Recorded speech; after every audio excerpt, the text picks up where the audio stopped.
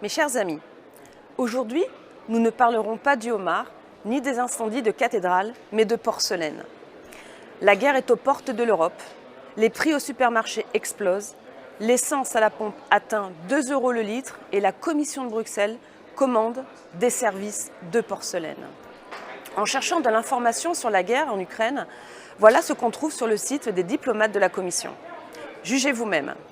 Ce 28 mars 2022, la Commission a conclu un appel d'offres pour acheter 42 900 articles en porcelaine, dont 3 600 assiettes plates, 3 600 assiettes creuses, 3 600 assiettes à beurre, 7 200 assiettes à dessert, sans oublier, je cite, les 300 soupières, 300 saucières, 300 gros pots à lait et 300 gros pots crémiers.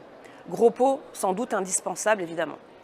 Alors, chaque article du service en porcelaine proposé sera décoré d'un logo représentant le cercle de 12 étoiles d'or du drapeau de l'Union européenne, contenant au moins 10% d'or précieux. L'appel d'offres, page 8, demande moins de 10% de casse lors du transport. Qui accepterait qu'IKEA livre une assiette cassée? Quant aux fournisseurs, ils pourront être de Taïwan ou de Moldavie. On est là encore dans le laisser-faire à tous les étages.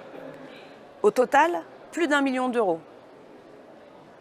1 212 000 € exactement pour renouveler la flotte d'assiettes en porcelaine de ce service diplomatique créé en 2011 suite au traité de Lisbonne.